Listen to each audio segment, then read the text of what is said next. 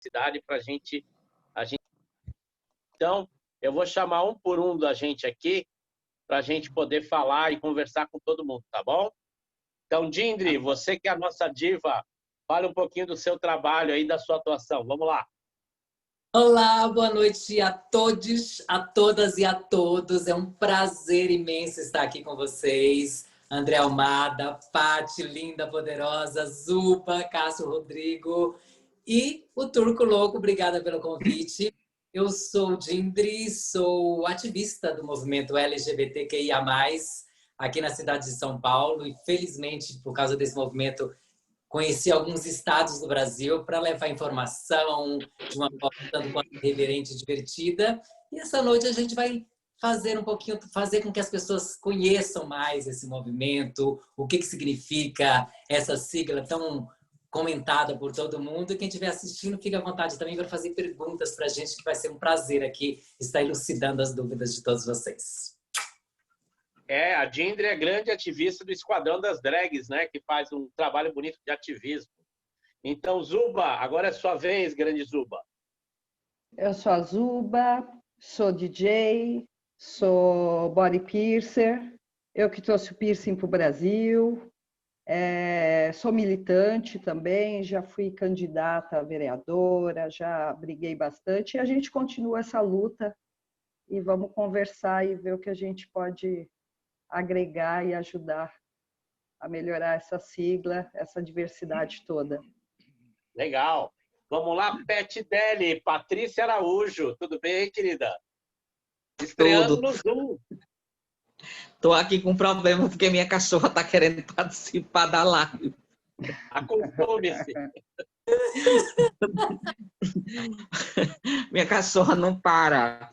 Gente, prazer estar aqui. Obrigada pelo convite. Eu sou Patrícia Araújo, mais conhecida como Pati Deli. E há mais de 10 anos eu criei uma festa voltada para o público de travestis e transexuais aqui em São Paulo. E tem uma loja também voltada para o público de travestis, especializada em calcinha para travestis. E assim, é um prazer, espero estar ajudando. Vamos aí, vamos conversando. Não sou muito digamos assim, eu de São Paulo, eu não sei o que é que eu vou falar. Então, eu só posso falar do que eu vivo no dia a dia. Mas espero poder estar ajudando e colaborando. Também sou uma militante aí pela nossa causa, que hoje em dia tem tantas letras e tantas siglas, mas continuamos na luta e vamos seguindo. O barco nunca para, né? Exato. A Pet, ela foi muito humilde aí em falar um pouco da trajetória dela. É uma grande empreendedora trans. Tem o Terça Trans, que é uma festa que eu amo. Turco, você precisa conhecer, você vai pirar nessa festa Terça Trans. E também ela faz umas premiações maravilhosas, que premia os trabalhos das trans e quem apoia as trans de forma muito legal. São vários prêmios, né, Pati? Né? Isso é o Troféu Guerreiras, que visa homenagear o mundo trans e as pessoas que agregam as histórias, independente delas ser de qualquer sigla, até mesmo cis. O que o troféu para mim representa é homenagear aquela pessoa enquanto viva, porque aí ela recebe esse amor, esse carinho e essa dedicação, e mostrar o trabalho que cada um faz, não importa qual o segmento que você tenha. O que importa é que você é uma pessoa e que nós precisamos homenagear essas pessoas enquanto vivas. É muito legal lembrar da pessoa depois que ela se vai. Claro, é muito bom. Mas quando você recebe uma homenagem em vida, para mim, ela vale muito. E você leva ela para sempre, para o resto da vida. É isso aí, Pet. Então agora vamos falar com o meu grande xará, meu grande amigo, André Almada. Vamos lá, André, tudo bem? Tudo bom, André, xará. Obrigado pelo convite, obrigado, Turco. Prazer estar falando com todos vocês aqui, todos feras aí nas suas áreas de atuações. Acho que eu não posso dizer que eu sou militante, mas acho que eu posso dizer que eu sou um grande incentivador das causas LGBTQIA+. Bom, eu sou festeiro, eu acho. Posso me dizer que eu sou festeiro. Eu gosto de fazer festa. Mas para quem não me conhece ainda, eu, na verdade, tenho a The Week, tanto aqui no Rio como em São Paulo. Aqui em São Paulo há 16 anos, no Rio há 12, 13 anos, mas já tive outras casas conhecidas, acho que por vocês, o Cine Metrópole, o The Society, tive um restaurante chamado Mercadinho, ou seja, já estou aí com o pé na estrada faz um tempinho, já estou velho, né? Então, então é isso. É um prazer estar aqui com vocês todos para participar dessa live. Legal, André, eu tenho que confessar que eu sinto muita saudade da The Society. Aquela aqui Nossa, do que lado de delícia, casa. né? É verdade. E você tocava, né? Era muito Isso, bom. muito espetacular, muito lindo o lugar. Aliás, Foi uma todos os época muito boa. trabalhos que o André faz tem muito capricho.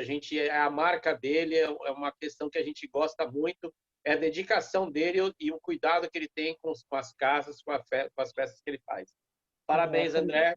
Obrigado. Para mim é um prazer. Assim, eu falo que assim, não é só um negócio, porque acho que o negócio, né, o sucesso do negócio é a consequência do seu trabalho, do que você gosta de fazer. Então, o quanto você se dedica a ele. Então, para mim, eu faço isso com amor, com carinho e gosto do que eu faço. Então, acho que é uma consequência disso, né? Então, legal. Eu deixei propositalmente o Cássio por último, porque além de ele se apresentar, é legal o Cássio já emendar, antes que a gente passe para o Turco, falar um pouco das políticas públicas. Então, Cássio, eu queria que você se apresentasse primeiro para as pessoas saberem o seu trabalho e depois já falar um pouquinho sobre as políticas públicas que tem na cidade de São Paulo para a população LGBT. Pode ser? Claro, Pomba, com certeza. Eu queria primeiro agradecer o convite do Turco para estar aqui com vocês e agradecer principalmente pela oportunidade de dividir esse espaço com pessoas que eu conheço, acho que desde o começo da minha atuação enquanto gestor. Né? A Zuba, o Almada, o Pomba, a Dindri, a Pati, são pessoas que estão aí com a gente nessa trajetória. Eu fui coordenador municipal LGBT e depois eu fui coordenador estadual, né? Então, eu falo que são quase 15 anos trabalhando especificamente com essas políticas. E a gente percebe o seguinte, acho que a gente avançou muito no município de São Paulo. Desde 2005, quando a gente teve a instituição da Coordenadoria de Diversidade Sexual, que ainda era o Serra Prefeito, depois dessa coordenação, a gente conseguiu começar a construir as políticas no município. Então, nós tínhamos, naquele momento, um centro de combate à homofobia. Hoje, nós temos 3 centros de cidadania LGBT. Eles estão espalhados pela zona norte, sul e leste, né? Então, ampliou muito a questão do atendimento e dos espaços de acolhida da nossa comunidade, da nossa população.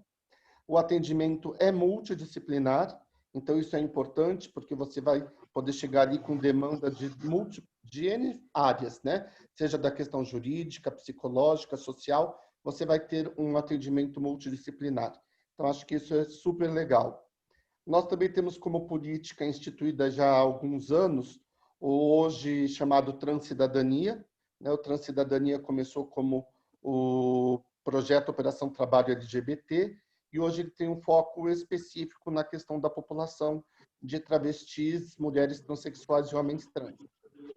Tem um número grande de vagas para essas bolsistas, elas podem ficar pelo período de 1 ano, podendo ser renovado por mais 1 ano, e a ideia do Transcidadania é que a gente possa atuar em várias áreas também com elas. Então, é a elevação de escolaridade, é a questão da saúde, é a questão da assistência social, enfim, que a gente possa trazer cidadania para elas. Então, esse é o Transcidadania. Recentemente, a Prefeitura, em parceria com uma série de empresas, abriu mais de 400 vagas também para o público de travestis e transexuais em diferentes áreas, justamente porque, né, o Transcidadania forma e a gente precisa daí dar continuidade. Então, veio esse projeto da Prefeitura, foi muito legal, faz mais ou menos 1 mês, né, que houve esse período de inscrição. Na área de defesa, nós temos sancionado esse ano a Lei 17.301, que é a lei municipal que segue a linha da lei estadual que proíbe e pune a LGBTfobia. É importante essa lei porque, embora seja uma lei administrativa, eu sempre digo que essas leis elas têm uma função educativa, né? Então, elas ajudam, quando um estabelecimento comercial comete uma discriminação, a educá-los para não discriminar. Então, é importante você ter essa garantia legal, que é algo que a gente ainda não tem no âmbito de Brasil, porque a gente não tem uma lei aprovada, né, no Congresso Nacional. Nós temos apenas uma decisão do Supremo. Então, acho que falta uma lei federal que realmente proíba a LGBTfobia nesse país. Nós ainda somos recorde, né, de assassinatos. E eu não vou falar muito, porque depois a gente vai conversar mais, mas eu só queria também registrar um outro ponto importante nessas políticas todas, que é a questão do nome social, né? A prefeitura tem, já desde 2010, decreto garantindo respeito ao nome social, e a gente trabalha muito com respeito à identidade dessas pessoas, né, de travestis, mulheres transexuais e homens trans. Não é só o nome, é você respeitá-la na sua identidade quando ela chega num equipamento público. Hoje, em 2010, teve o decreto do município e só em 2016 o decreto federal, né? Hoje nós já temos alguns documentos nacionais, como o CPF e o RG, onde você pode ter o nome social. E eu acho que isso talvez tenha sido uma das políticas públicas mais importantes, porque a primeira coisa que a gente recebe quando nasce é o nome. Imagina você ter aí seus 14, 15, 16, 18, 30 anos e não poder ser reconhecida pelo nome que você se vê, né? Então, o nome social é muito mais do que uma política pública, é um direito que tem que ser totalmente garantido, não deveria ser nome social, deveria ser nome comum, como elas querem ser reconhecidas. Eu acho que a gente tem que avançar dessa questão do social para ser um direito garantido. Tá ótimo. Obrigado, Cássio. Turco, você quer falar um pouquinho agora ou você quer que a gente já passe para as demandas que as pessoas esperam aí? Como que você está aí, Turco? Só gostaria de agradecer a presença de todos vocês, né? Para mim é uma alegria muito grande estar discutindo esse assunto e o que a gente pode avançar de políticas públicas na cidade de São Paulo. Eu acho a fala, né, de vocês é mais importante do que a minha. Eu estou aqui mais para ouvir do que falar, porque eu acredito que todos vocês são muito mais conhecedores das necessidades de políticas públicas que precisam ser avançadas na cidade de São Paulo. E São Paulo, com certeza, ela é uma porta-voz do Brasil, né? Quando você consegue levantar bandeiras em São Paulo, elas passam a ecoar por São Paulo e pelo Estado e pelo Brasil inteiro, né? Então, eu sou aqui ouvidos e depois, no final, eu tento ver o que eu consigo colaborar aí com alguma fala, Pomba. Tá, joia. Espera aí, deixa eu só arrumar um negocinho aqui. Ui, agora sim, estou de volta aqui. Então, eu vou começar repassando de novo para todo mundo. Eu talvez vou fazer o processo inverso, porque está aqui o Almada, né, que a gente está participando aí de uma situação muito complicada com o fechamento das casas noturnas, né, André? E a gente está formando o movimento SOS da noite, né? Então, acho que é legal você começar um pouco falando dessa questão para o Turco e entender o que a gente está passando. O Turco já foi sócio de uma casa noturna, que era o Glória, né? Então, ele sabe muito bem tudo que a gente passa. Então, André, se você pudesse citar um pouquinho esse momento atual que a gente está passando, principalmente dentro do público LGBT, eu agradeço. Eu acho que assim, é uma situação que, obviamente, independe, né, da nossa vontade, em primeiro lugar, e eu acho que nesse momento a gente tem que, desde o início, a gente está, na verdade, colaborando, né, porque a gente está falando de vidas, de saúde das pessoas, né, então, obviamente, a gente lamenta que isso está acontecendo, né, no mundo, mas que, de uma certa forma, isso está afetando todos nós, né? Todos nós como negócio, como famílias, como empresários, como a gente está vendo funcionários, enfim, uma situação bem crítica, né? Porque não é só a saúde, mas também tem a saúde mental, tem a saúde econômica, né? Que as pessoas precisam sobreviver, porque depois de um certo tempo as coisas começam a ficar bem difíceis, né? E nossa atividade de trabalho, ela envolve muitos profissionais, né? São várias ramificações de profissões, né, que estão envolvidas nesse nosso trabalho, e que a gente está passando uma certa dificuldade. Eu sei que, assim, é claro que eu não quero ser inconsequente em dizer que a gente, de uma certa forma, depois de 7 meses, a gente precisa achar um caminho para essa retomada, porque ninguém consegue aguentar mais, né, suportar isso, porque, principalmente financeiramente, eu acho que sem falar das outras questões que a gente fala né, tanto da psicológicas como, né, econômicas, mas eu acho que a gente tem que sobreviver acima de tudo, né? E a gente está vendo pessoas próximas a nós e a nós mesmos, a gente está passando por dificuldades que a gente nunca imaginou passar, né? Então, eu acho que a gente tem que tentar começar a abrir um diálogo, obviamente dentro da responsabilidade, né, das pessoas. Todos nós temos que ser responsáveis com relação a isso e colaborar com as autoridades sanitárias, mas eu acho que a gente tem que achar uma forma desse nosso negócio retomar de alguma forma, mas assim sempre com muita consciência, né? Consciência dos protocolos, enfim, de todas as medidas que a gente tem que tomar de distanciamento, de cuidados de máscara, de medir temperaturas, porque do jeito que está, assim, tem alguns que conseguem levar ainda por mais um tempo, mas muitas pessoas já estão fechando as portas e muitos estão pedindo ajuda e socorro enfim, para amigos, para parentes. E então eu acho que assim, acho que a gente tem que achar um meio termo aí para a gente fazer essa retomada consciente e responsável, né? E para isso, eu acho que essa semana a gente falou de uma questão das festas, né, clandestinas. Eu não sou contra, né, as festas clandestinas. Na verdade, eu acho que tem que, da mesma forma como a gente está parado, porque outras pessoas também estão aí trabalhando, expondo outras pessoas ao risco, e em lugares, por exemplo, que não oferecem, às vezes, um mínimo de segurança para as pessoas. E a gente sabe que qualquer coisa que aconteça de ruim com relação a essas festas, ou principalmente com o público, vai respingar no nosso negócio depois, assim como foi Santa Maria, que nós tivemos grandes problemas depois.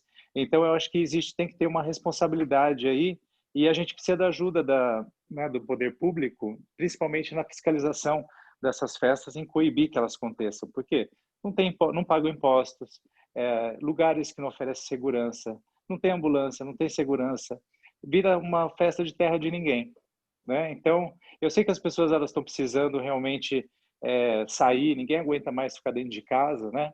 Mas eu acho que as coisas têm que ser feitas corretamente e não expor também as pessoas e também prejudicar todos nós que temos negócios e os nossos funcionários que estão precisando voltar a trabalhar, né? E que eu acho que precisa ter esse entendimento aí na questão da noite, né? Tem outras questões que eu poderia falar, mas acho que já abre essa discussão, que a gente pode pôr à mesa aqui várias outras coisas. Claro. É importante, é muito importante o que você falou, André, porque às vezes as pessoas ficam falando o que a gente vê dessas festas clandestinas. Você diz o termo que eu sempre falei para todo mundo: se acontecer uma tragédia, vai prejudicar todo mundo. Então, era muito mais fácil o governo ir tentando regular aos poucos o que está acontecendo, para que a gente possa ir em frente, né? Afinal, tudo está sendo reaberto, né?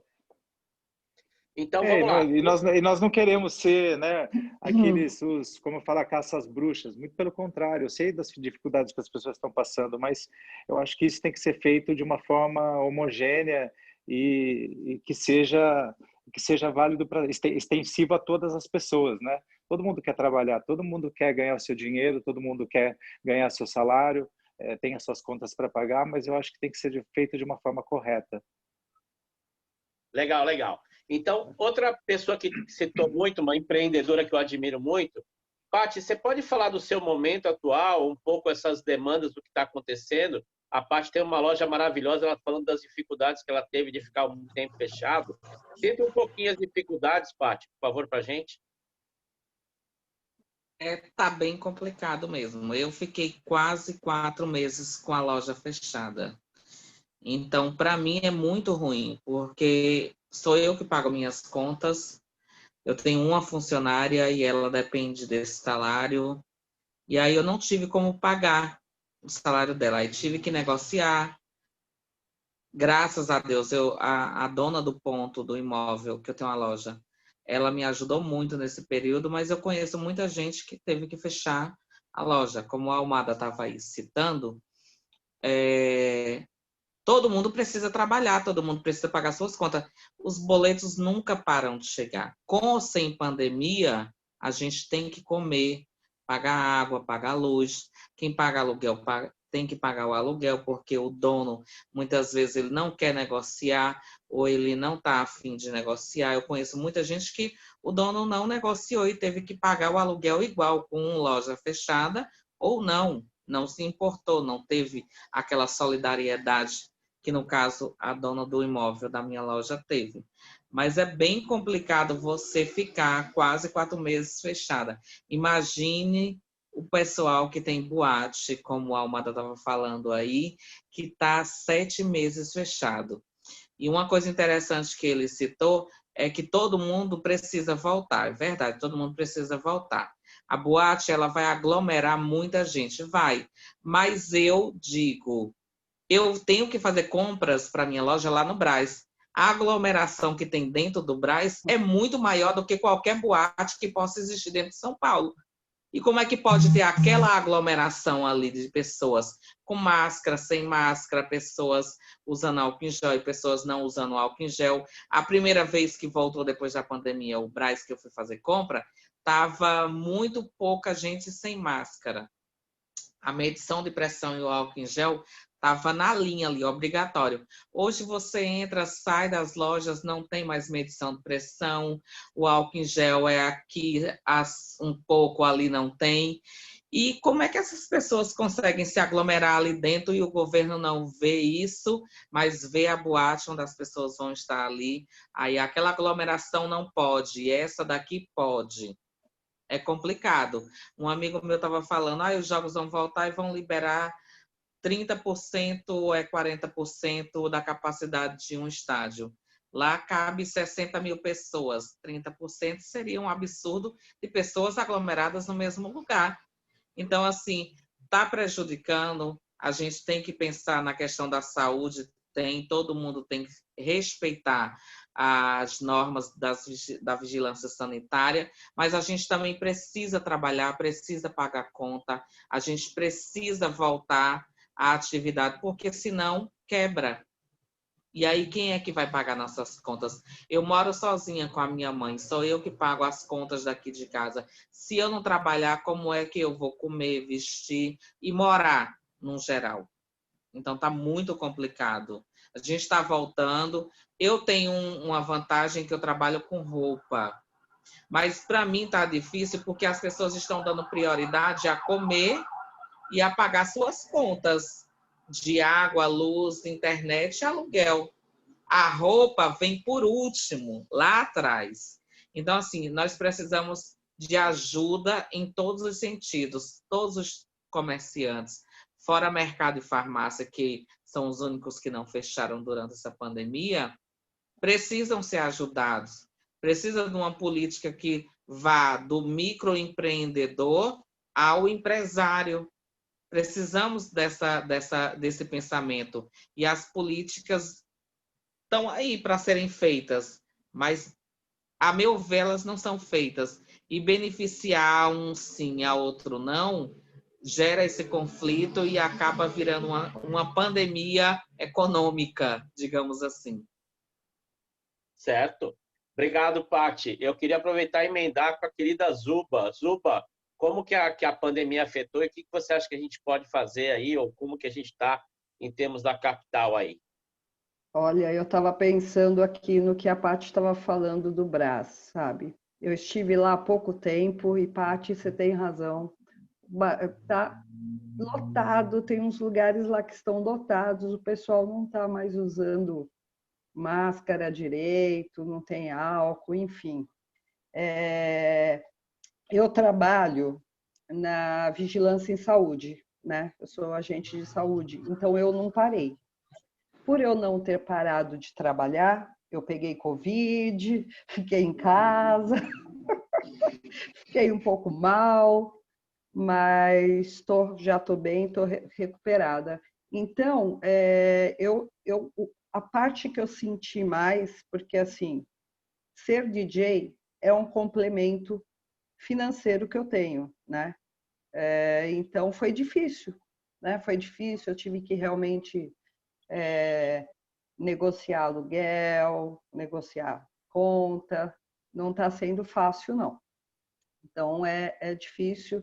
Eu imagino que, nossa, eu fico imaginando, tem um monte de DJ, né, amigo nosso, funcionário que só vive daquilo, só vive da noite, né? Como a Almada disse, é dificílimo.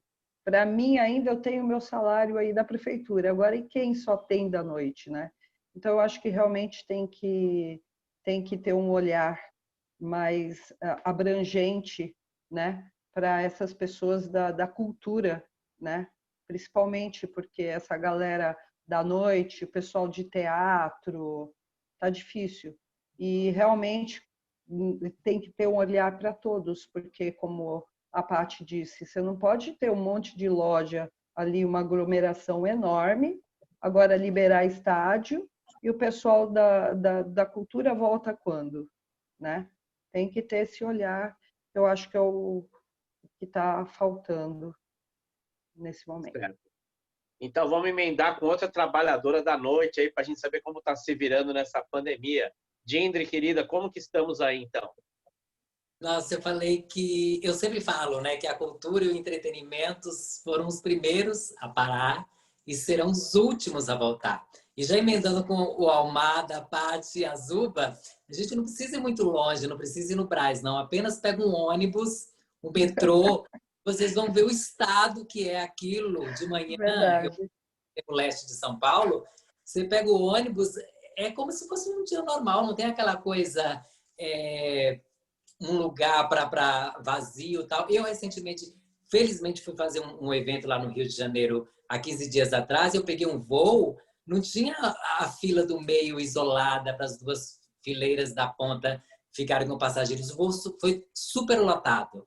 Então, assim, eu trabalho com eventos sociais, eventos corporativos e tudo mais, e parou por completo. Felizmente, tá assim, um no final de semana, outro aparecendo no outro final de semana, e aí precisamos rever toda essa história e o que a gente pode fazer, porque assim, o governo até então não queria pagar o restante quem teve a sorte, né, de conseguir o auxílio emergencial. Então, aí diminuiu o auxílio. Então, de 600 mudar para 300. Aí já complica toda a história, porque se você tinha um montante para pagar as suas contas, aí pronto, complica, esse montante é diminuído.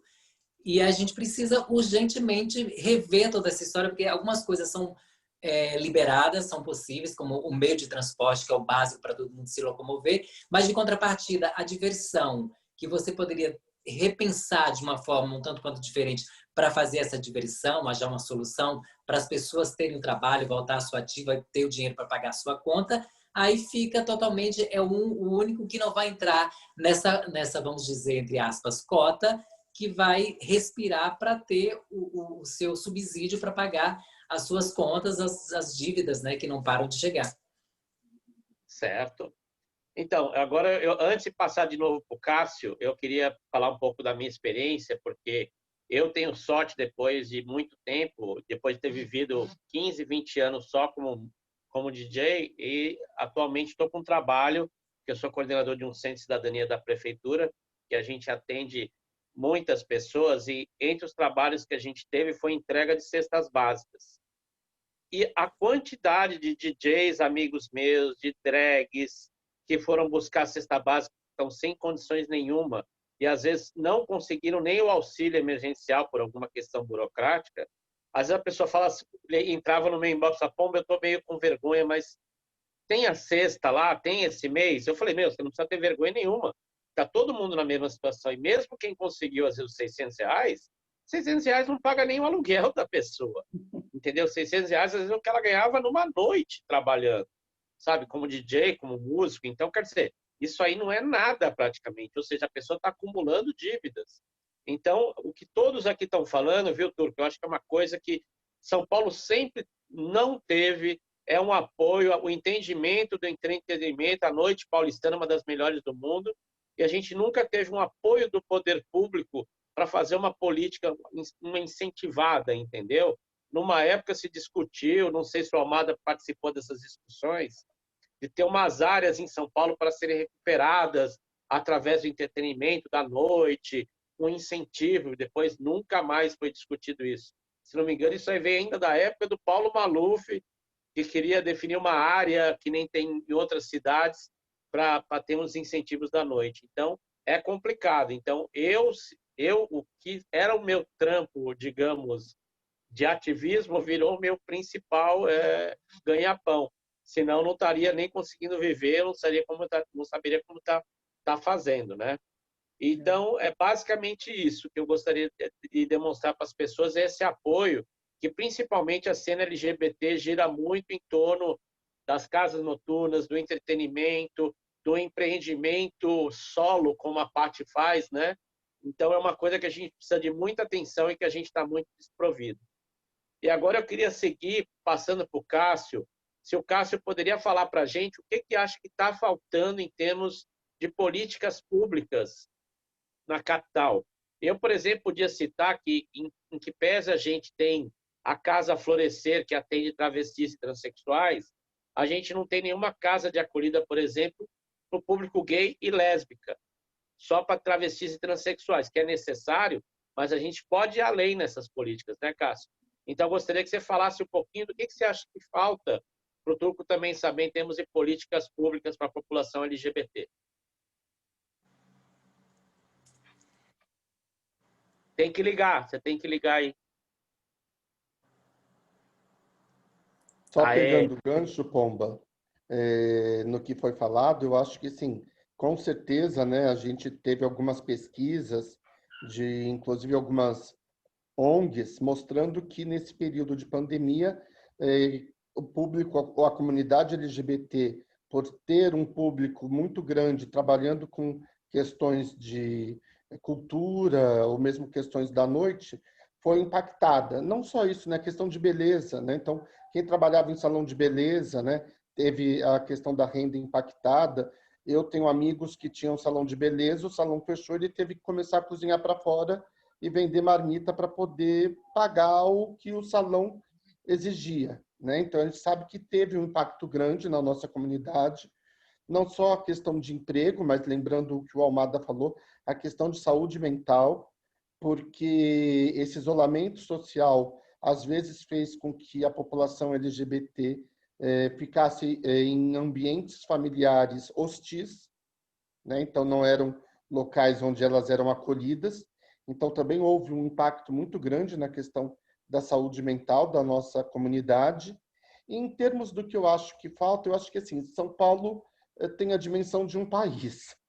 Né? Então, se a gente for pensar no que falta, dá para dizer que falta quase que absolutamente tudo. Não porque não tenha, é porque a demanda é muito grande, né? Tanto que a gente tinha uma casa a florescer, por conta da demanda, abrimos a segunda casa a florescer.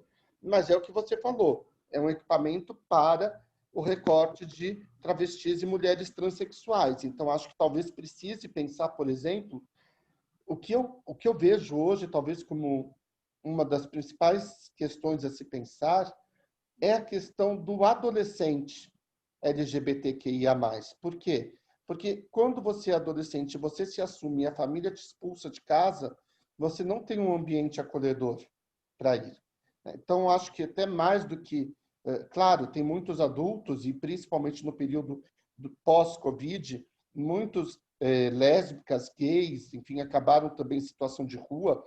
Então, um outro albergue, uma outra casa de acolhida é importante, mas pensar nos adolescentes, sabe? Acho que a gente tem aí, esse ano foram 30 anos do ECA, o ECA não dá conta da questão do adolescente LGBTQIA+.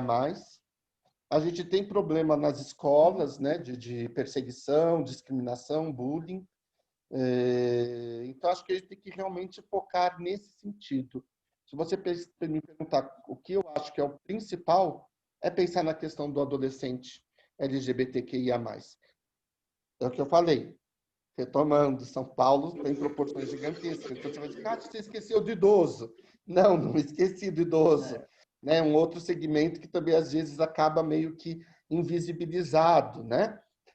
Por quê? Porque a gente sabe que eu, idoso, provavelmente vou estar sozinho, né? E o que eu vou fazer se eu for para uma casa de acolhida? Vou ter que voltar para o armário, né? Não vou poder ser assumido como eu sou aqui na minha casa. Então, a gente sabe que tem essas questões. Mas eu acho que tem hoje ONGs, ou tem quem pense a questão do idoso. Eu acho que ainda falta um pouco quem pense a questão desse adolescente. É muito ruim você... e isso eu falo, inclusive, para o segmento de travestis, mulheres transexuais e homens trans. Quando são expulsos na adolescência, é muito mais difícil de você garantir os laços sociais. E aí você garantir que essa pessoa termine seus estudos, que essa pessoa vá para uma faculdade, que ela tenha uma formação, um emprego. A gente percebe que quando tem esse apoio familiar, essas pessoas conseguem ter uma outra vida que não aquela de quem não tem. Então, como às vezes a família, e a gente está vendo pelo que está sendo dito no governo federal, não apoia, né, nossos jovens e nossos adolescentes LGBTs, eu acho que a gente precisava pensar nisso com muito carinho. Legal, legal. Turco, eu acho que eu queria devolver um pouco antes da gente fazer mais uma rodada aqui. Seria legal também você falar como que a Cavaleira, como você sobreviveu aí nessa época de pandemia, fui te visitar e falar um pouco o que você está achando aí do que a gente está falando, o que você acha que a gente pode também melhorar também. A Cavaleira, eu tenho tanto a Cavaleira como o restaurante Jamile, a gente sofreu como todo mundo sofreu, né? Não teve como não sofrer e passar pelo que a gente passou. Evidentemente, a gente tomou algumas atitudes, né, prevendo que a gente ia entrar num momento muito difícil, né, e para poder enfrentar isso com menos redução, que eu chamo menos redução de danos. Né? Nós, num tempo muito rápido, a gente optou em criar um cardápio no restaurante, por exemplo, para atender delivery, mesmo que o delivery não desse lucro, ele pelo menos mantinha o emprego das pessoas, né? E conseguimos aí fazer acordos com aluguéis e tal. Quando eu vi o restaurante fechado, Pomba, uma das coisas que mais me chamou a atenção foi os moradores de rua, a minha preocupação com o olhar para os moradores de rua. Aí a gente criou um projeto que foi muito bem sucedido, que é o Marmita do Bem. Né? Em 2 minutos, eu mandei mensagem para todos os amigos e a gente recebeu muita doação, tanto financeira como de insumos, e a gente conseguiu fazer mais de 60 mil marmitas, né? Só o Jamile. A gente levou esse projeto para a prefeitura. Dentro da prefeitura, a prefeitura conseguiu distribuir, parece que mais de 800 mil marmitas, porque ela pegou restaurantes nas mesmas condições que o Jamile e pagou por essas marmitas. O Jamile não entrou no programa da prefeitura para que não houvesse nenhum tipo, né, das pessoas falarem que a gente teve algum privilégio ou coisa parecida.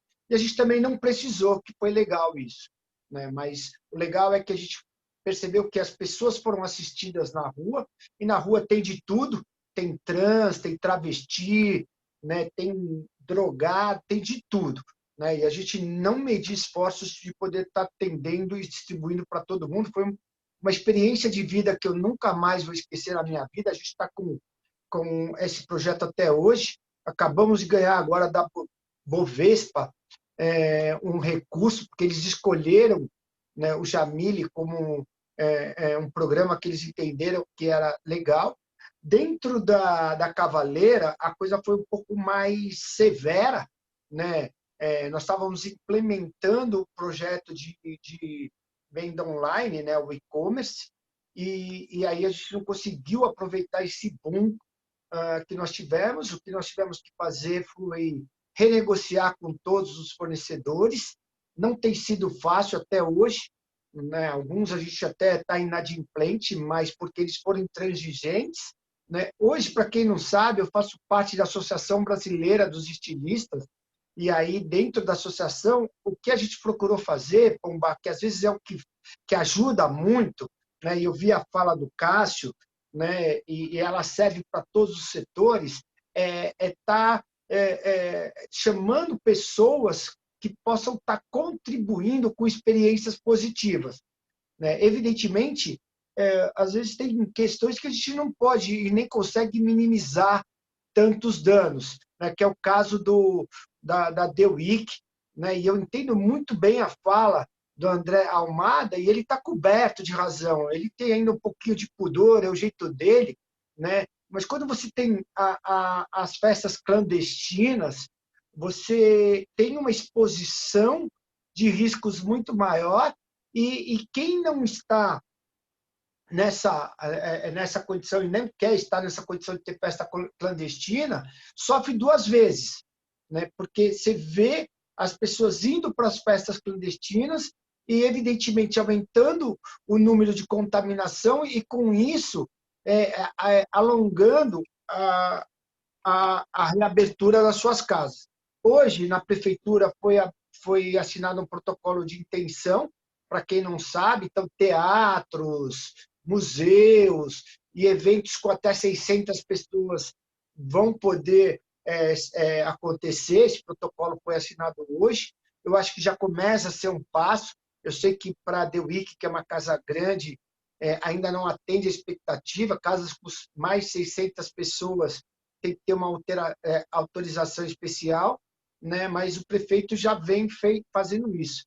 É muito difícil estar como chefe de executivo nessa situação, porque os exemplos que a gente poderia ter são os exemplos de quem estava na nossa frente.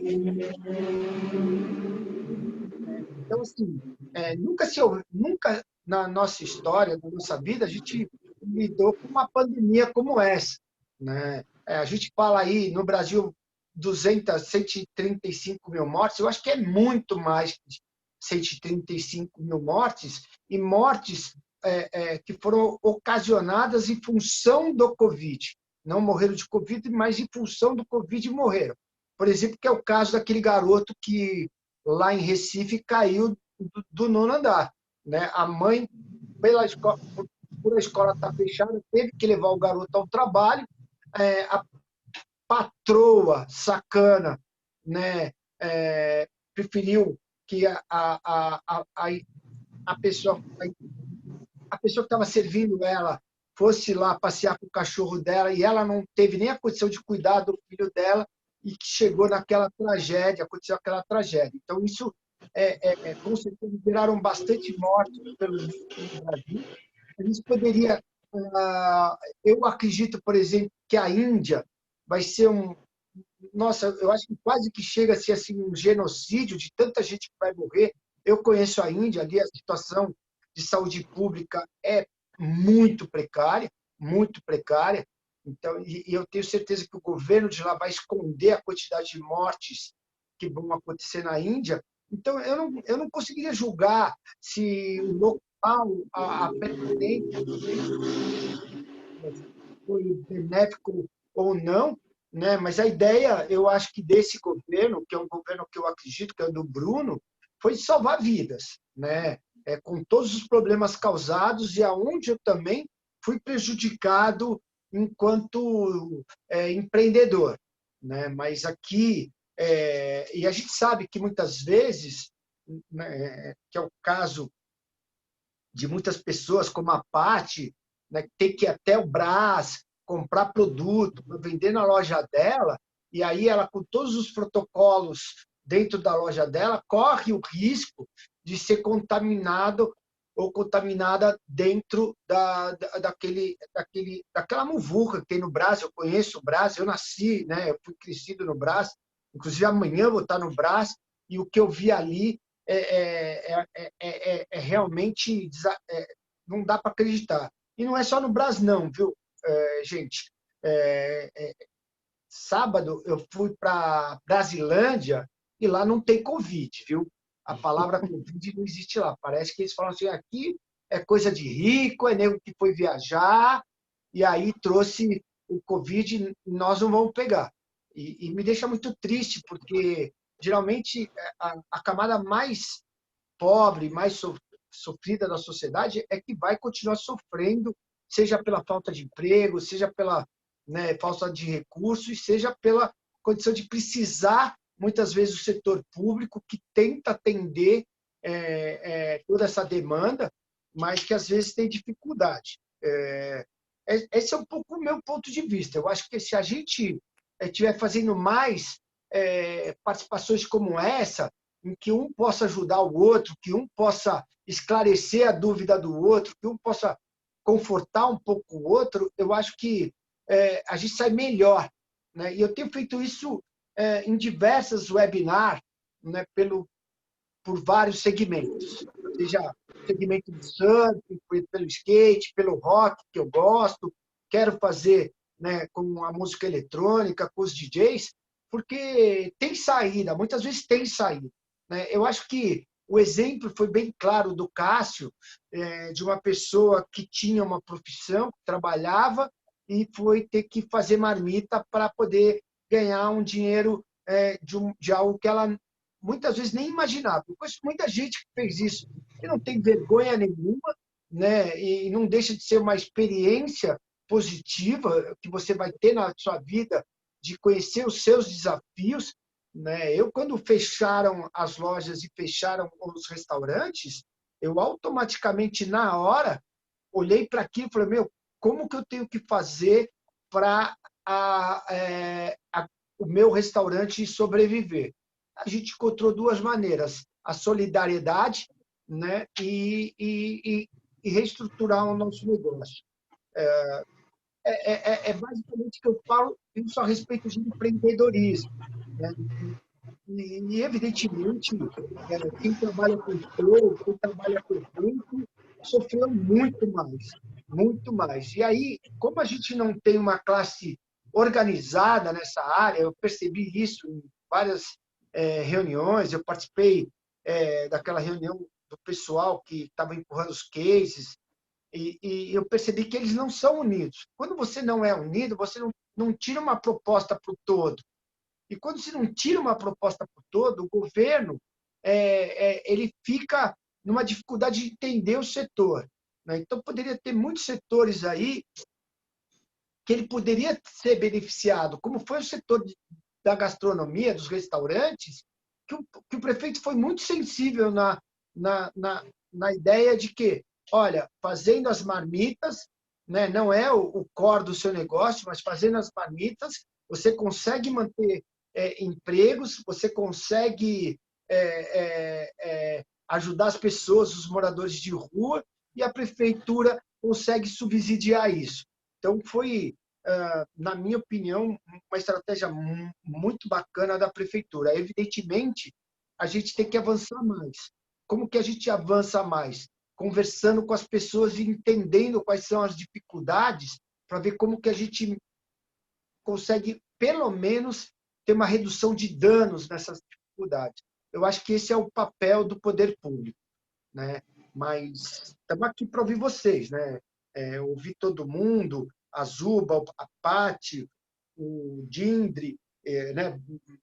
O André Almada, o Cássio e você mesmo, Pomba, né? Então, eu imagino... Posso falar uma coisinha? Desculpa aí cortar você, Turco. Só pegando um pouquinho a carona no que você estava falando, né? Você falou uma coisa que eu achei bem importante, como a gente faz para sobreviver, né? E aí você fala também que realmente esse nosso meu meio, né, de eventos, o nosso meio aqui de várias pessoas aqui do grupo de eventos, acho que falta um pouquinho, claro, dessa união, né, que eu acredito que agora as pessoas estão tomando mais consciência né, do problema que a gente está enfrentando, até mesmo com esse grupo, o SOS Eventos, e também a própria ANEP, né, que o Beto Lago presidia, com a Associação da Noite de Entretenimento Paulistano. Eu acho que agora é o momento da gente realmente se unir, E eu acho que assim, como os restaurantes tiveram algumas, né, algumas opções, algumas alternativas de continuar trabalhando, alguns setores, quer dizer, alguns estabelecimentos, por exemplo, no meu caso, muitas pessoas falam assim, por que você não abre como bar? Por que você não põe umas mesas lá fora? Você tem uma área externa grande, mas a gente tem que analisar caso a caso, porque uma casa do tamanho da The Week nem vale a pena abrir nesse formato, porque a partir do momento em que eu abrir, o proprietário já vai começar a cobrar o aluguel, né? E aí você tem mais que contratar todos os funcionários, porque eu tive que demitir todos os meus funcionários, né? Porque eu não tinha mais como sustentar, eu estava sangrando, a gente estava sangrando, e isso ia esperando que, tipo, vamos esperar 1 mês, 2 meses, aí chegou 7 meses, não dá mais. Quanto tempo mais a gente vai esperar? Então, infelizmente, eu tive que demitir todos os meus funcionários, então, assim, agora recontratar, aí abrir num outro formato, nem sempre a gente consegue, né, a conta não fecha, para te falar a verdade. Mas eu acho que a gente está caminhando para um diálogo. O Bruno tem sido uma pessoa muito legal nesse sentido de nos ouvir, né? Eu sei que ele tem muitos problemas para resolver, e acho que assim, mas o que eu acho que tem que ser importante é que esse setor de eventos ele não está sendo visto, né? Com uma atenção, com carinho, principalmente porque é um setor que acho que talvez não é uma prioridade, talvez as pessoas enxerguem como um supérfluo, mas muito pelo contrário. Como eu já tinha dito anteriormente, é um setor que tem uma capilaridade de profissionais muito grande, né? E que eu acho que nesse momento o nosso setor está meio que invisível. Mas eu acho que aos poucos a gente está abrindo um diálogo, até mesmo com esse grupo, a ANEP também está agindo, né? E a gente está chamando atenção para isso. A gente realmente não dá mais para ficar calado, a gente tem que achar uma forma, até mesmo da questão de incentivos, né, para a empresa. Linhas de créditos, eu acho que tem muitas empresas que se encaixaram em alguns fundos, algumas linhas de crédito, outras não se encaixam. E eu acho que assim, o governo tem que começar a dar uma olhada nessas questões já que a gente não consegue abrir, porque por vários motivos que a gente já falou aqui, mas que também então dê um suporte. Eu acho que é isso que está faltando para a gente, um suporte para que a gente possa sobreviver, né, até que a gente possa reabrir com o mínimo de segurança possível, né? Então, eu acho que é isso que a gente está precisando. Eu acho que o executivo tem que dar uma olhada, o próprio governo estadual tem que dar uma olhada, a gente tem que ter esse apoio dessas pessoas, desses políticos, né? Desses gestores, para que a gente possa conseguir sobreviver até que se venha uma vacina, ou que a gente tenha os protocolos aceitáveis de retomada. Eu acho que é isso. André, o que eu quis dizer, André, tem casos de casos, tá, André? Né? Uhum. No teu caso, eu imagino que, por exemplo, se eu tivesse o Glória hoje, eu não teria o que fazer. Né? Não teria. Né? Só se eu pegasse, criasse uma cozinha no Glória e fizesse, por exemplo, um Dark Kitchen, né? Que virou febre isso aí, Dark Kitchen. Né? Então, eu alugaria... Eu não sei o que é. Hã? O que é esse Dark Kitchen? Não é Dark Room, tá? Não é a louca, tá?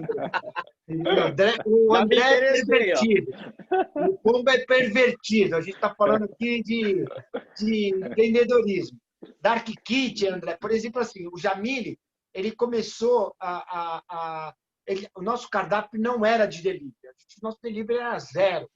Né? E aí, como um dos sócios brigava, que queria ter, porque faturava lá um X muito pequeno, então a gente deixava, mas o próprio Henrique Fogaça era contra. E aí a gente começou a fazer o delivery, e o delivery foi ganhando força, só que a gente tem que se adaptar em termos de cardápio. Né? E o que acontece? Só que as empresas de aplicativo, elas têm um raio de entrega para que a pessoa que faz a entrega tenha um tempo certo, né, para chegar até lá e a comida não chegue tão fria ou coisa parecida. Então, é um raio de 6 quilômetros, 7 quilômetros, eu não sei direito qual que é. Né? Então, o que algumas empresas perceberam? Que esse negócio estava dando tão certo que eles alugavam começaram a abrir empresas especializadas em alugar a sua cozinha para que as pessoas só fizessem o delivery. Então, não existia um endereço fixo, só existia o que eles chamavam de dark kitchen. Tá? Então, isso virou febre agora no Brasil. Né? Se vocês derem um Google, vocês vão ver muitas empresas que estão se especializando nisso. Tem uma empresa de hambúrguer que ela deve ter uns 20 dark kitchen espalhados na cidade de São Paulo, porque não compensa ela abrir para atender público. Né? Ela sentiu que o negócio dela era delivery. Então, se você pegar, por exemplo, o Arábia, ele tem um centro só de delivery. Né? Então, ele tem um dark kitchen dele. Ele não atende restaurante, ele não atende o público, ele só atende delivery. Né? Então, isso seria o dark kitchen. Agora, só voltando para a tua fala, André, cada caso é um caso.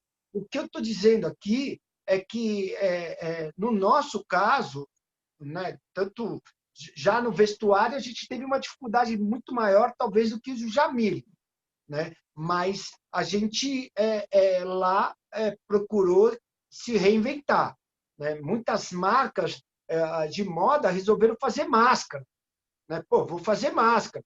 Eu visitei não vou citar nomes aqui, mas eu visitei uma fábrica que é muito grande de alfaiataria, que tem um nome respeitado, que ele começou a fazer máscara. E fez até muita máscara para doar. E outra coisa que é interessante, que quando você pega a Paty, que é uma pequena empresária, você tinha linhas de crédito, né, não eram fáceis, mas se a gente conseguir orientar as pessoas que, como pegam um Prodame, para poder... Eu não consegui Prodame porque eu tenho alguns impostos atrasados, né, mas eu tenho gente que, na minha barbearia eu consegui.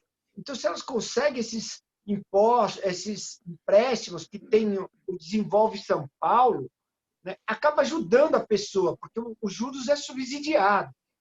Né, Almada? Então, o que eu falo é que, assim, se a gente está mais unido, se a gente está mais perto, um vai ajudando o outro. Né? E aí tem uma coisa, tem uma fala tua, que é o seguinte, né? Como que você se faz ouvido? Quando você grita, cara. Quanto mais gente gritar, mais vai ecoar isso. E eu tenho uma frase que é antiga, mas que eu acho que vale. Político tem medo de povo, André. Político tem medo de povo. Eu me lembro quando eu fiz, e eu tenho orgulho de falar isso, porque eu fiz várias leis quando eu era vereador, nessa questão do combate à homofobia, quando eu fiz ajudei a fazer o primeiro evento, né, da Parada Gay. E eu ajudei a colocar a polícia militar lá. E o comandante daquele batalhão falou: ô, deputado, nós vamos defender as bichinhas que estão aqui, os viados. Eu falei: peraí que eu vou chamar a imprensa que está ali, você fala isso para eles. O cara sumiu, André. É verdade. Entendeu? O cara sumiu. Então, por quê? Porque lá tinha 2.500 pessoas na primeira, e hoje é um dos eventos mais importantes da cidade de São Paulo. Por quê? Porque juntou mais vozes. O grito foi muito maior. Claro. Né? Pessoal, deixa eu só para a gente não viajar muito e também não ficar uma coisa muito em cima da Covid também. Então, eu queria talvez passar de novo a palavra para nossas 3 mulheres, aliás, 2 mulheres divas e uma drag maravilhosa, para elas falarem que ideias que ela tem, que propostas que elas têm, que elas acham que a cidade precisa ou que a gente pode fazer para andar para frente. Particularmente, eu depois queria falar com o André umas ideias que a gente teve aí de utilizar os espaços da Casa Noturna para fazer eventos tipo de moda, e aí podia unir todo mundo. Eu sei que talvez para o André o custo é muito imenso, eu ia falar a hora que o André falou, mas se eu abrir já vou cobrar aluguel. Aí eu falei, pronto, aí não vai compensar tanto. Mas eu queria passar a palavra para a Zuba primeiro e depois para a Paty, algumas ideias que elas acham que a gente pode ter em termos de políticas públicas, algumas coisas que a gente possa pensar a cidade pós-Covid aí. Vamos lá, Zuba? Olha, eu estava pensando aqui a mesma coisa que você falou, a hora que o Almada falou do gasto que se tem em abrir a porta, né? Acendeu a luz já é um gasto, abriu a torneira já é outro. Então, eu acho assim que eu tinha essa ideia, André, na cabeça até, de falar, puxa, mas por que o fulano não, né, não abre, não faz um atendimento? A Túnel está fazendo, né, um atendimento assim de mesinha tal, mas lá é pequeno realmente, né? Você tem menos funcionários. Então, assim, eu não sei, sinceramente, eu não sei como seria, não, viu? O que fazer. Eu vejo que as coisas estão difíceis, ninguém está conseguindo segurar mais, a galera está sem grana. A ajuda, essa ajuda emergencial, parece que veio uma ajuda aí agora para a classe artística, né? De sei Sim, lá sim. quanto. Só que veio depois de 7 meses, né? Não vai ajudar em nada. Quer dizer, vai ajudar um pouco, mas... Então, realmente, eu não sei qual é a saída. Eu estou louca esperando logo essa vacina, sabe? Ou então, realmente, da maneira que estão abrindo as coisas aos poucos, eu acho que tem que ter alguma ajuda para as baladas abrirem. Eu acho que... eu não sei, eu acho que alguém falou aqui na conversa, nas perguntas da página aqui, que poderia ter isenção de impostos, eu acho que seria uma.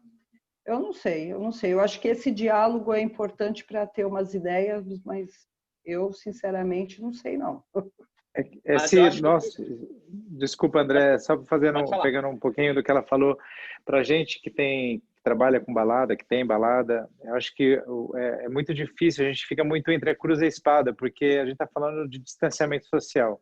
É diferente você tá num restaurante, você está num bar, você consegue delimitar áreas e grupos, né? E mesas, você vai lá, são até 6 pessoas, mesa com 2, ou enfim. Balada, como que você vai fazer para se É segurar? difícil. É muito difícil, ainda mais, por exemplo, agora, liberou até 600 pessoas. Mesmo essas 600 pessoas, como você vai impedir com essas pessoas? Vai ter que pôr o quê? Um segurança para cada uma ficar... Dependendo do lugar, não vai valer a pena, né? Né? Então, exato. Eu poderia, por exemplo, abrir talvez com 60% do meu alvará, mas 60% do meu alvará são 1.600 pessoas, talvez. E outra, gente, que o pessoal começou a beber umas a mais, já acabou máscara, acabou, Não, todo mundo se abraçando. e acho que o grande problema se chama opinião pública, e um celular. E hoje, o que você faz? Eu poderia abrir minha balada com todos os procedimentos, medir temperatura, álcool gel, pedir para pôr máscara e tal. Mas há um celularzinho lá, o que vai acontecer? A opinião pública vai cair matando em cima da gente e ainda eu corro o risco de perder meu alvará, entendeu? Sim. E aí não poder mais operar. Então, eu não sei mais o que fazer. Então, a gente fica realmente... Por isso que eu falo, são 7 meses parado e que a gente, como o Turco falou... Alô? Está acabando a minha bateria. O Turco falou, a gente tem que gritar. Uma hora a gente tem que gritar e começar a falar, gente, não dá mais. O que a gente vai fazer? E aí, quando você fala isso, ainda tem muita gente que te julga, né? Que te metralha na internet. Então, mas até aí, eu acho que por isso que a gente está tentando achar uma forma que a gente consiga retomar de uma forma segura. André, você coloca 1.600 pessoas na sua boate, né? Na tua casa noturna. E como você diz, é uma balada. Uma balada, as pessoas vão para se pegar, para se beijar, para se abraçar e tudo mais. Então, cara, agora, o que eu estou te falando, André? Quando você se sente incomodado com alguma coisa, vocês poderiam se unir e de fazer um ato reivindicando alguma coisa. Esse ato, com certeza, ele vai ter que ser ouvido pelos órgãos públicos, pela sociedade, pela classe política. Evidentemente, eu vou falar uma coisa. O governo federal é um governo que não é sensível à causa de vocês. Não é. Total, verdade. Não é, nem pouco. Se a gente for discutir aqui, pior. Agora, André, eu não estou nem aí para crítica burra, para crítica de ignorantes.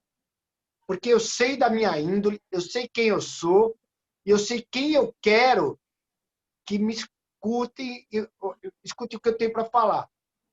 Entendeu? Uma crítica tua me incomoda 300 mil vezes que uma crítica de toda a boiada do Bolsonaro. Entendeu? Entendi. Né? Então, eu não estou nem aí. Eu não estou nem aí para esse tipo de crítica. Você tem muita razão de estar preocupado com a opinião pública. Aí sim. Né? A opinião pública, sim. Tá? Mas ficar preocupado com gente da esquerda, da direita, se é azul, se é verde, cara, eu não estou nem aí. Porque senão, André, sabe o que esses caras querem? Que a gente fique deprimido, né? Eu acho que não, isso, acho que contra isso, acho que você também, a gente deve estar mais vacinado com relação a isso, porque senão, hoje em dia, ainda mais com mídias sociais, o pessoal está muito polarizado, fala o que quer, não sabe nem quem você é, não sabe de onde veio, qual a sua história, e as pessoas, elas vão, tipo, vão por osmose, um fala mal, outro começa a falar mal em cima, sem saber quem você é, o que você fez, o que você representa, e as pessoas, elas não estão nem aí, elas só querem usar você como um bode expiatório para alguma coisa. Então, isso, com relação a isso, sim. Mas o grande problema, para mim, é perder exatamente que essa mesma opinião pública que me massacra vai fazer pressão com o governo e eu, com as autoridades, eu posso perder meu alvará, e aí eu não posso mais operar, entendeu? Não, e aí... tem razão, se você cometer um ato falho, André, Exato, mas se você for para a rua, né, se você for reivindicar, porque, André, eu vou te falar uma coisa, pior que o medo é o silêncio.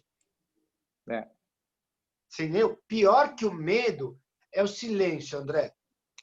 Não, isso tem razão, total. Tanto por que isso agora que eu acho importante esse diálogo até, sabia? Total, eu acho que tinha até que abrir mais, a gente tinha até que sair mais dessa, né?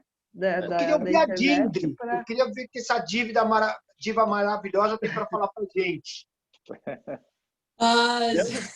Dá uma luz para a gente, Dindri. Oi! Estou aqui ouvindo vocês aqui atentamente, porque, como o André falou, a gente está entre a cruz e a espada, a gente não tem uma solução palpável, a gente só está com suposições, e viver de suposições é complicado, a gente tem que ir para o mundo real, e nesse momento a gente não tem como, o André não tem como infringir uma lei, uma norma para colocar aquilo para funcionar, porque é uma mega boate, é uma referência no mundo inteiro, e é complicado fazer isso. Então, assim, a gente está aqui no ramo das suposições, então é muito, muito complicado. E não sei o que a gente possa fazer. Como eu não trabalho na noite, eu não sou uma empresária da noite, e a Paty também, da mesma forma, ela tem uma microempresa, como eu tenho a minha microempresa de eventos. Então, para a gente é uma coisa mais sutil, mas não tem esse volume, não desmerecendo o meu trabalho, o trabalho da Paty, mas não tem o volume, o impacto que a empresa do André, que é uma megalômica empresa, tem. Então, é meio complicado isso. A gente está no ramo das suposições, então é uma coisa um tanto quanto complicada para a gente ter uma solução palpável e concreta aqui agora. Não, e a gente tem um agravante, a gente está em época de eleição, então fica mais difícil ainda. Né? Tudo fica mais difícil. Sabe uma ideia que me ocorreu agora, que a gente também fez no nosso restaurante? Pô, se a gente pegasse e reunisse o prefeito agora, e ele vendesse, né, a prefeitura, como se a prefeitura subsidiasse vouchers para a entrada do The Week. A gente já tentou fazer isso. Acho que o pessoal não está nem live. Não, o pessoal, aí que eu estou te falando, a prefeitura vai subsidiar. Bom, isso seria maravilhoso, né? Você entendeu? Então, vamos levar essa ideia. Você imagina que a prefeitura fala, você, entre aspas, compra a entrada do The Week por 90% de desconto, né? Então você paga 10%, e a prefeitura arca com 60% e o The Week perde 30%. Né? A hora que abrir, todo mundo... Né? Eu só estou falando, André, que a gente tem que usar a criatividade, mesmo na dificuldade, porque Quando aconteceu essa história da pandemia, que eu vi o que ia acontecer, eu cheguei para todo mundo e falo, gente, é uma guerra. Nós estamos numa guerra, se preocupe com plano de saúde e comida. Esquece o resto. Eu postei no meu Facebook para ninguém comprar roupa. Eu escrevi isso. Não comprem roupa. Não gaste com aquilo que é supérfluo. Guardem esse dinheiro. Eu acho que a ideia é boa, mas aí por isso que, mais uma vez, a gente entra nas clandestinas, que hoje o pessoal está gastando 80, 100 reais para entrar numa clandestina. Para que ele vai comprar do The Wix se ele não sabe nem quando que ele vai começar? Né? Então, vai abrir, André. Vai abrir.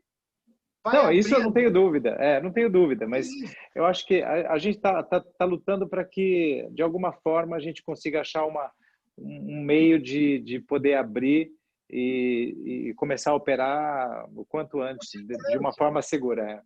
Vai ter que todo mundo se reinventar, né? Que situação, né? Meu Deus. Difícil. Então, gente, vamos... Para a gente não se alongar muito, depois a gente talvez fazer uma finalização, queria ouvir um pouco a Patrícia. Por exemplo, um exemplo claro, a Patrícia criou muito a questão da moda, né? Para travestis e transexuais, os produtos que ela cria, às vezes são criações exclusivas, né? É até uma coisa legal, porque a Cavaleira foi a primeira a abrir espaço, né, Turco, para modelos transexuais, né? Então, é sempre uma questão, muito uma aula de vida que eu admiro muito a Patrícia. Patrícia, fala um pouquinho aí, um pouco do que você pensa em perspectivas, em o que você acha de ideias, o que poderia ser ajudado no seu negócio aí, Patrícia. Eu estou ouvindo e estou aqui viajando no que todo mundo está falando e pensando. Mas o pensar só, ele não, como a Dream falou, ele não resolve nada. A gente tem que partir para o vamos ver. Para o cara a cara, jogar a bola no peito e seguir adiante. Então, assim, voltando um pouquinho ali no que o Almada falou da boate, da balada dele, realmente a parte cultural ela não é assistida. Tá fechado a balada, o cinema, os teatros. E como é que essas pessoas estão vivendo? Aí, como é que o que é que poderia ser feito para que essas pessoas, como a Almada, donos de cinema, donos de teatro, atores, funcionários desses estabelecimentos, estão sobrevivendo como? Através de R$600 e de uma cesta básica? Não dá. Não dá. Eu recebi cestas básicas para doar. Eu fiz a minha parte de ser humano e fui para a rua doar comida, marmita, para moradores de rua.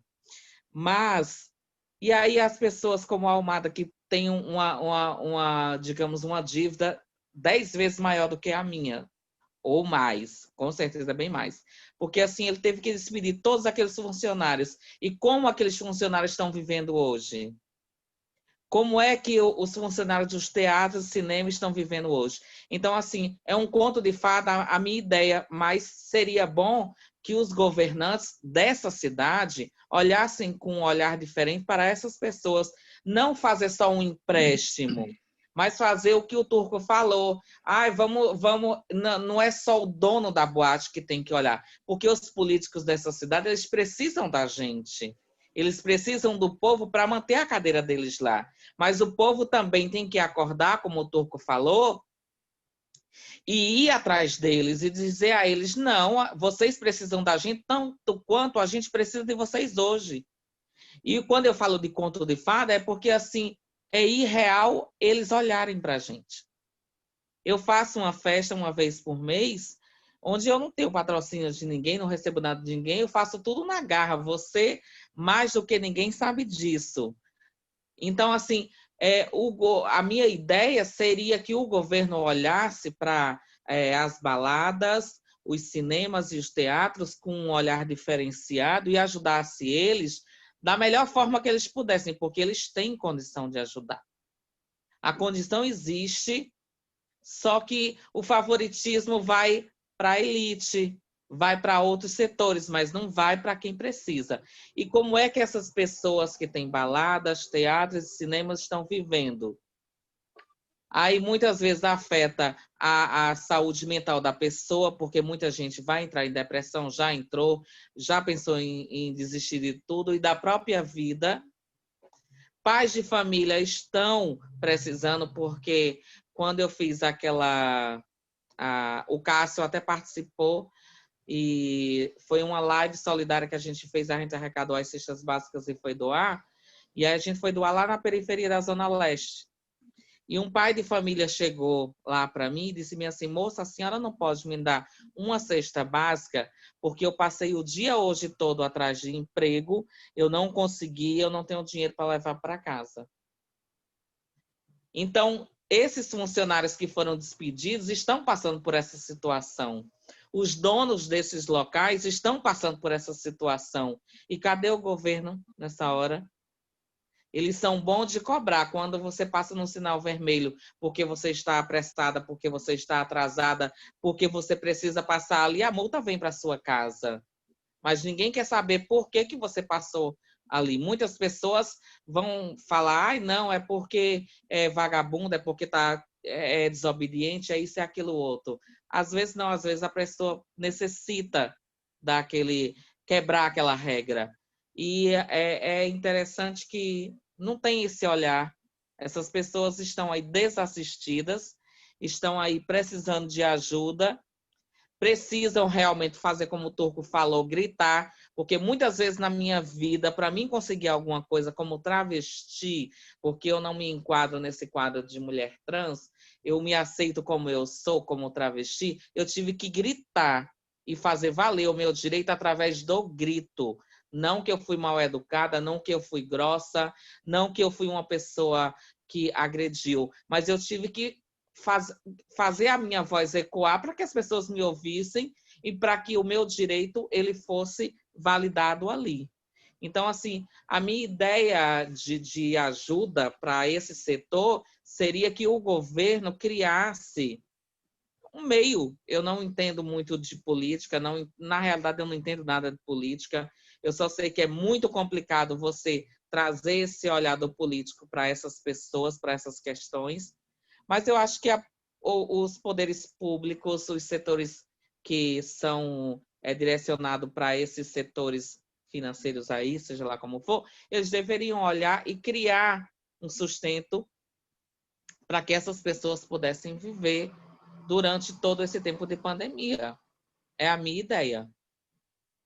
Então, tá. É que a gente já vai estar estourando o tempinho, já vamos chegar a 1h30.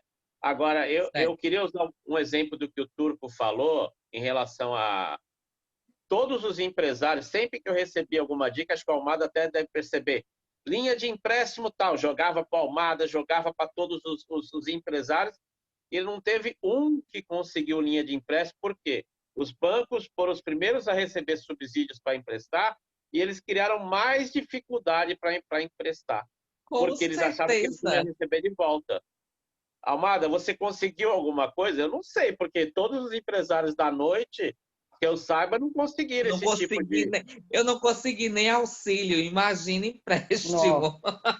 Olha, para falar que eu não consegui, foi acho que finalzinho agora do mês passado, começo desse mês, que eu consegui assim, tipo, foi acho que a raspa do tacho que eu consegui na Caixa Econômica, porque um amigo meu falou assim, vai lá, porque acho que ainda tem, eu consegui um FGI com uma taxa ok, mas foi a única coisa que eu consegui por uma das empresas, e que isso vai me dar um fôlego até dezembro. Então, assim, porque mesmo até mesmo Pronamp, esses todos os outros, quando você chegava lá já não tinha, você não tinha mais como conseguir, já não tinha mais, não estava mais liberado. Então, assim, tem outros fundos aí, Fungetur do Ministério do Turismo, que está para sair, não saiu. Aí agora eu estou vendo até agora com esse Desenvolve, né? Talvez ver se consegue alguma coisa com uma taxa que eu acho que a Desenvolve deve ser 1,2 ao ano, ou não sei, alguma coisa assim, ou 5 ao ano. Então são taxas que até são boas, mas precisa ver agora se a gente consegue, porque tem tanta gente pedindo que a gente não consegue, né? além de pedir, eles têm muita exigência, né, André? Como que você vai comprovar um faturamento Não, se você... e a outra, se você tiver inadimplente de alguma conta, você não consegue, porque imagina agora, na época de pandemia, o que mais tem, as pessoas estão devendo, conta de Vai luz, estar conta de todo água, mundo devendo, exatamente. e aí você tem restrição. O próprio Turco falou, eu não consegui porque eu devo alguns impostos, entendeu? Então fica difícil a gente conseguir, aí você fica, porque você está fudido mesmo, entendeu? Então, legal. Bom, gente, a gente precisa dar uma finalizada. Eu só queria lembrar que em 2009 a Inglaterra só conseguiu dar um salto daquele grande crise que teve em 2009 graças à indústria do entretenimento, graças à música, graças ao cinema. Então, a Europa foi um cinema principalmente a Inglaterra, foi um exemplo de recuperação porque ela foi a primeira a reconhecer o que na época se chamou de economia criativa. Foi a primeira vez que a Inglaterra falou 6% do PIB nosso vem da economia criativa e foram que eles conseguiram se salvar. E aqui no Brasil a gente ainda é visto como os marginais, né? Por mais que a gente tenha todo esse PIB, né? Vê a força de um empresário, vê uma força de um empresário que não é o Mado, exemplo, que tem outros dentro da noite LGBT, o Douglas Dumont, que infelizmente não pode estar aqui com a gente, eu chamei. Então, são exemplos de empresários LGBTs que a gente brinca que a direita e a esquerda criticam um de cada lado, mas que estão lá resistindo, são exemplos mundiais. A The Weeknd é um exemplo mundial, a Sauna Chili Pepper é outro exemplo mundial, então a gente tem que enaltecer muito, né? Então, Turco, vamos fazer uma rodadinha de despedida de cada um, o que você acha? Dá tempo? Você fica à vontade, André. Então tá bom, então vamos lá, vamos conversar então. Vamos começar pelo Cássio, né, Cássio? Vamos inverter então. Agora o Cássio, fala a sua palavrinha final aí para o nosso webinar para a gente dar uma zeradinha aqui, tá bom? Bom, vou ser rápido. Só tentando falar um pouquinho de tudo que eu ouvi. Na verdade, a gente tem buscado por algumas soluções, né? Eu acho que tem aí, principalmente na questão da cultura, agora está sendo debatida a Lei Aldir Blanc, tem uma série de outras questões que estão se buscando para tentar dar solução para esses segmentos que foram afetados e ainda estão afetados. Eu acho que nosso maior problema é que a gente não tem um cérebro na cabeça do Brasil. Ela é oca, né? Por isso que fala essas bobagens que fala na ONU. Então, quando você não tem uma diretriz macro, é difícil você conseguir transformar isso para as políticas estaduais e municipais, porque muitas vezes você precisa dessa diretriz macro e lá é um eco, né? Então, eu acho que esse é um dos principais problemas. E eu queria terminar, né, porque a gente falou muito do que foi ruim, eu queria terminar dizendo que, para mim, o que mais me marcou todo esse período de pandemia é a solidariedade. Eu vi muita gente indo para a rua ajudar os outros, eu vi muita gente fazendo doação do próprio bolso. Então, assim, eu acho que isso serviu um pouco para a gente poder voltar a olhar para o próximo, a ser solidário. Então, acho que isso ficou como um exemplo para mim da pandemia. Acho que a gente, enquanto LGBT, só tinha visto isso no período do auge da AIDS, quando nós enterrávamos os nossos, porque as famílias não queriam, né? Então, acho que ficou aí para mim como exemplo solidariedade. E obrigado então, pelo convite, Turco. Obrigado, Cássio. Obrigado por toda a sua aula aí que você deu no começo. Então, vamos fazer da sequência. Zuba, o que você acha? Quero agradecer o convite, Pomba, Turco. Eu acho importante esse diálogo. Eu acho que a gente pode fazer mais vezes, né? Depois, pensar melhor as ideias, né? Porque acho que eu, pelo menos, não sabia como seria esse diálogo. A gente pode, numa próxima, vir mais preparado, com mais armas para dar umas ideias. Eu acho que realmente essa fase que a gente está passando aí, muitas pessoas, como o Cássio diz, a solidariedade foi legal. Eu, como DJ, eu tentei fazer umas lives aí para divertir a galera com música, por mais que depois eu era derrubada pelas plataformas por causa de direito autoral, não sei o quê, não dava para trabalhar muitas horas, mas eu tentei e agradeço. E vamos que vamos, né, gente? É isso Até aí. a próxima. Valeu. Então, Dindri, vamos lá então, sua palavrinha. Vamos lá. A arte salva. E um país que não valoriza a cultura, não valoriza a educação, é um país que está fadado ao fracasso. E o nosso ministro da Educação veio hoje fazer aquela declaração tanto quanto impertinente, falando que nós LGBTs somos frutos de famílias desajustadas. Então, o que desajusta é o preconceito, é a intolerância que gera a violência, que as pessoas morrem aí, estão aí morrendo por causa dessa intolerância, de pessoas que alimentam esse preconceito tão vil. Então, se você não investe em educação e não investe em cultura, esse é o exemplo maior que a gente tem no Brasil. Então, mais respeito, mais amor, é só isso que eu queria do nosso país. Então, legal. Eu vou aqui fazer um desafio antes de passar a palavra para a Paty. Paty, você precisa conversar muito com o Turco, viu? Porque você faz umas coisas de moda bem legal. Quem sabe o Turco depois, né, através da Cavaleira, pega algumas ideias, faz alguma joint venture, né? Então, vamos ver se a gente fala. Paty, querida, suas palavras finais. E eu quero dizer, a Pet relutou muito em estar aqui. Ela, eu não gosto. Você vê quantas palavras bonitas a gente ouviu, quanto exemplo de vida dessa maravilhosa guerreira aí. Paty, vamos lá, sua palavrinha final. Gente, queria agradecer. Não é como o Pomba disse, eu não sou muito de me aparecer, eu faço o meu trabalho e faço ele porque eu amo mesmo e eu tento fazer, né? E eu disse que não queria vir porque é muita gente, digamos assim, empresários bem distantes do que eu faço. Eu digo, eu não sei o que é que eu vou falar, mas como palavra final, ouvindo todos vocês, eu quero agradecer muito, ouvir coisas boas e aprendo todos os dias.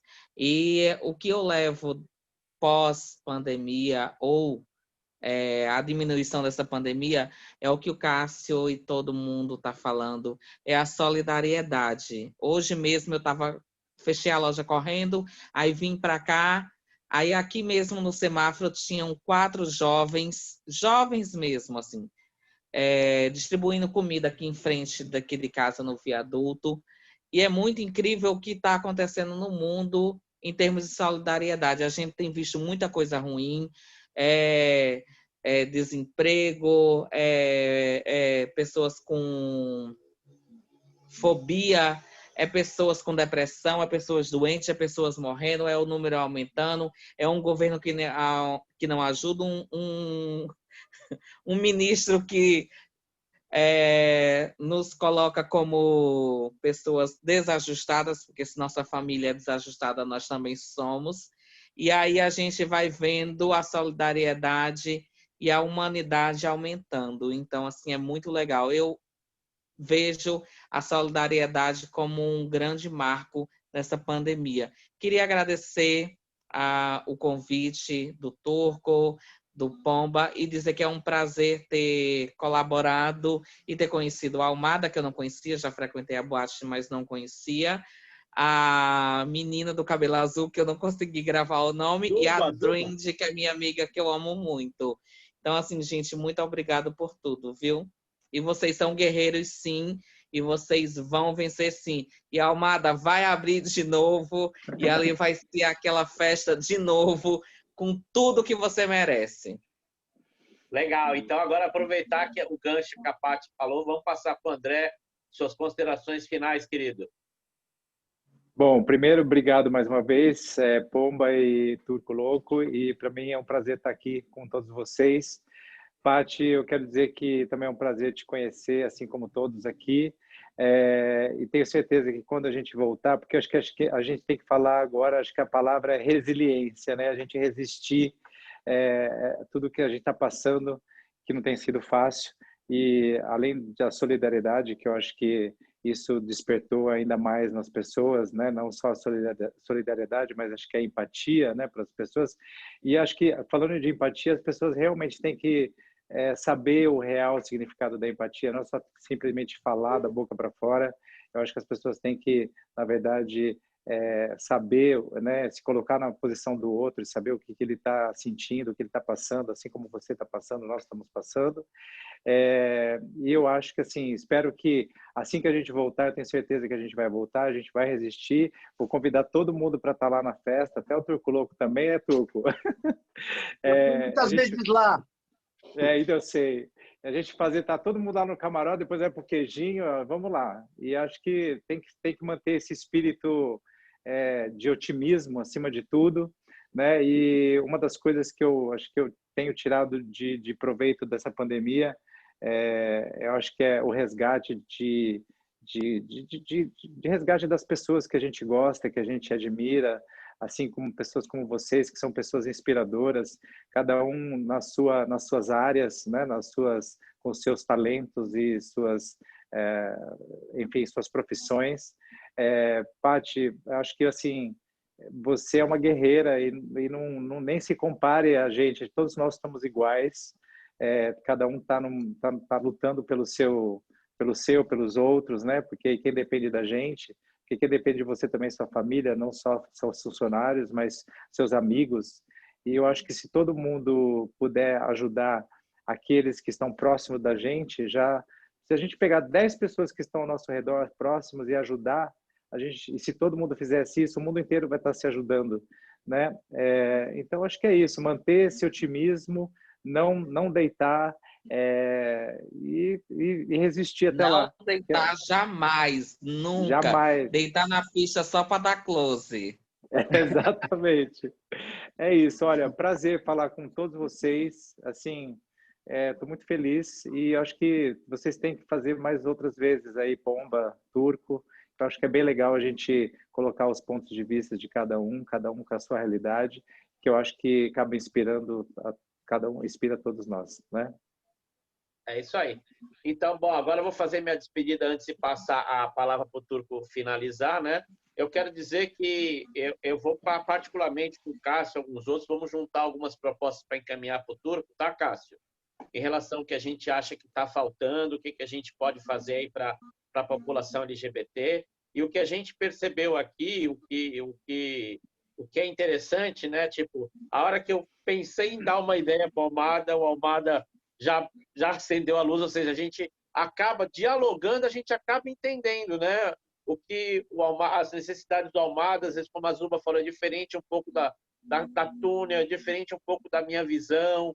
Então, quer dizer, é bom que a gente troque essa ideia, porque aqui a gente pegou a Paty, que é uma microempresária guerreira, que a gente fala, é uma empreendedora. Eu falei, podia chamar alguma militante trans, alguma ativista, mas eu falei, por que eu chamei a Paty? Porque para mim é um exemplo. Ela é uma empreendedora trans, ela trabalha para o público trans, ela recebe para o público trans. Então, era um exemplo de vida interessante que eu queria passar para o Turco, assim como cada um de nós dentro da sua área, né? A Zuba como masterpiece, como DJ, eu também sou DJ ativista, trabalho no equipamento da prefeitura hoje em dia. O Cássio, que para mim é o maior expert de política pública LGBT, e a Dindri, que é um exemplo de drag e que trabalha com essa parte de conscientização de todo o trabalho que ele fala. Então, eu acho que a gente montou aqui um cast muito diverso dentro do que o Turco podia falar em termos de diversidade, do que o Turco podia ouvir. E a única coisa que eu reclamo do Turco é que o Turco acabou não falando tanto das experiências que ele tem, né? Desde o gabinete dele, que recebia todo mundo, a Cavaleira, que foi um exemplo aí de fazer aqueles desfiles de moda com trans, com cadeirantes, é uma coisa bem legal. Então, espero que esse espírito aí possa reverberar em todo mundo aí, para a gente ter uma São Paulo mais diversa aí. Então, Turco, suas palavras finais e sua despedida, né? Até parece que eu sou o host aqui hoje, né? Mas você é mesmo, Pomba. Primeiro, agradecer ao Pomba, né, por ter conversado com essas pessoas, através da sua criatividade, trazer elas para essa conversa, Pomba. Eu te agradeço de coração. Conheci a Dindri, que já sou fã, né? Agora já vou pesquisar mais sobre ela, acompanhar ela, seguir ela, porque eu adorei uma energia. Você transmite energia positiva, né? Muito gostoso o que você passa. A Duba aí, que é a grande pioneira, né, do piercing e também uma DJ, né? E imagino qual é a dificuldade que ela esteja passando, mas está aí resistindo a tudo isso. Muito obrigado por participar, né? A Paty, eu estou à tua disposição, Paty, tá? Quem quiser anotar o meu telefone, eu faço questão de dar aqui, é 9... Putz, eu não vou falar meu telefone porque como está... Eu passo para ela. Passa para ela, só porque meu problema é porque como isso está no Facebook, depois... Vai estar no Facebook e daqui a pouco você está recebendo mensagem do Brasil inteiro. Se for tua, já tá bom, viu, Paty? Agradecer, né, as palavras do Cássio. Cássio, estou simplesmente né, impressionado positivamente com você. Eu fico feliz de pessoas como você estar no poder público, porque isso faz a diferença. Faz a diferença, então me dá mais segurança de saber que você no poder público, públicas, né, de diversidade, vão ser bem executadas, né? Eu ficava muito triste quando às vezes eu sentia que colocavam gente homofóbica para ocupar um cargo, né, como o seu. Não, você merece estar nesse cargo, você merece executar esse trabalho que você executa. Fico muito feliz, parabéns, né? André, você, André Almada, você é o cara mais fofo que eu conheço do mundo. Porque mesmo nessa situação, esse sorriso é muito gostoso. Você entendeu? Então, eu nem imagino o que você esteja passando, porque deve ser de uma dificuldade muito grande, muita tristeza, muitas vezes, ver o teu sonho tá apagado, né? Como se você não conseguisse sonhar. E para mim, eu sei que a The Week é um sonho teu. Todas as vezes que eu fui para a The Week, ali, com o Baré Araújo, ou os eventos que tinha, que eu fui convidado, cara, era só alegria. Assim, só tem momentos alegres. O único problema, André, é que eu sou meio Cinderela, né? Bate meia-noite e vira abóbora. Porque... Isso, sabe o que é? Eu também, a idade chega, mas esse é meu trabalho, né? Você ainda tem o privilégio de ter que ir embora, e eu tenho que ficar. Se é uma coisa que eu nunca mais vou querer ter na minha vida, é casa noturna por causa disso. Né? Pô, se chegar 4 horas da manhã em casa, 5 horas da manhã em casa, eu não bebo, então eu fico estragado. Meu filho, já vou fazer 50 anos daqui a pouco, meu filho, mas é japonesa, né? Tudo bem. Eu tenho só 5 a mais que você. Então, tá ótimo. Você sabe que sempre tive à tua disposição, André, seja para conversar, para a gente trocar ideia como empreendedor, né? Alguma coisa que eu possa ajudar. Isso eu nunca abri mão, né? de fazer com todo mundo que eu gosto e até de quem eu não gosto, né? Eu procuro ajudar. Só para terminar, o Pomba falou dos desfiles, Pomba, eu acho que a Cavaleira ela procura ser uma marca até panfletária, numa maneira de dizer, porque ela defende bandeiras que quase poucas marcas defendem. E o último desfile, a imagem mais forte que fica na minha cabeça é um trans, né, ajoelhando, pedindo respeito ao trans. Né? Aquela imagem é a que mais marca para mim a minha memória, a minha última memória do desfile. Eu não estava olhando lá roupa, eu não estava olhando nada, eu estava olhando a mensagem que eu queria passar nesse momento que a gente está vivendo de uma intolerância, de uma ignorância. Né? Quando a gente escuta que a arte salva, a arte faz muito mais só do que salvar, ela transforma, ela muda, ela faz tudo. Tem uma música, gente, que fala: dizem que eu sou louco, mas louco é quem me diz e não é feliz. Então, todas essas pessoas que criticam a gente, que tentam taxar a gente de alguma coisa, que com certeza não é feliz. Tá, gente? Muito obrigado. Obrigado a todos vocês por esse tempo. Tá, espero não ter esquecido de ninguém. Beijão, beijão. Beijo, boa noite a todos. Beijo, obrigado. Boa noite. Valeu. Tchau. Tchau. Tchau.